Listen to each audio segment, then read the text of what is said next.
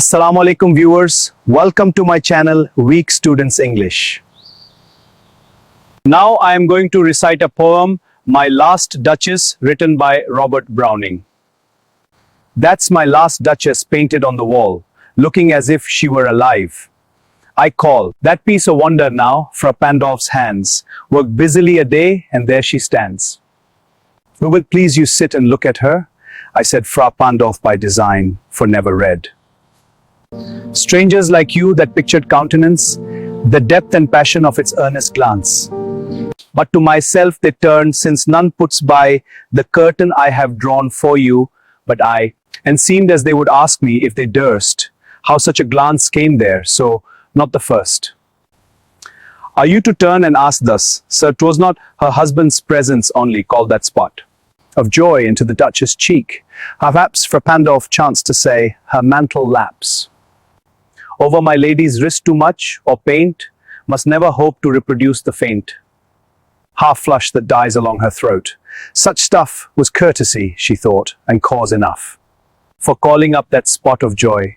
She had a heart, how shall I say, too soon made glad. Too easily impressed, she liked whate'er she looked on, and her looks went everywhere. Sir, 'twas all one, my favour at her breast, the dropping of the daylight in the west. A bough of cherries some officious fool broke in the orchard for her, the white mule. She rode with round the terrace all, and each would draw from her alike the approving speech, or blush at least. She thanked men good, but thanked, somehow I know not how, as if she ranked my gift of a 900-years-old name with anybody's gift. Who'd stoop to blame this sort of trifling? Even had you skill in speech, which I have not, to make your will quite clear to such an one, and say, just this or that in you disgusts me, here you miss, or there exceed the mark, and if she let herself be lessened so, nor plainly set her wits to yours forsooth, and made excuse, even then would be some stooping, and I choose never to stoop. Oh, sir, she smiled no doubt, whene'er I passed her, but who passed without? Much the same smile, this grew, I gave commands, then all smiles stopped together. There she stands, as if alive. Will't please you rise? We'll meet the company below then?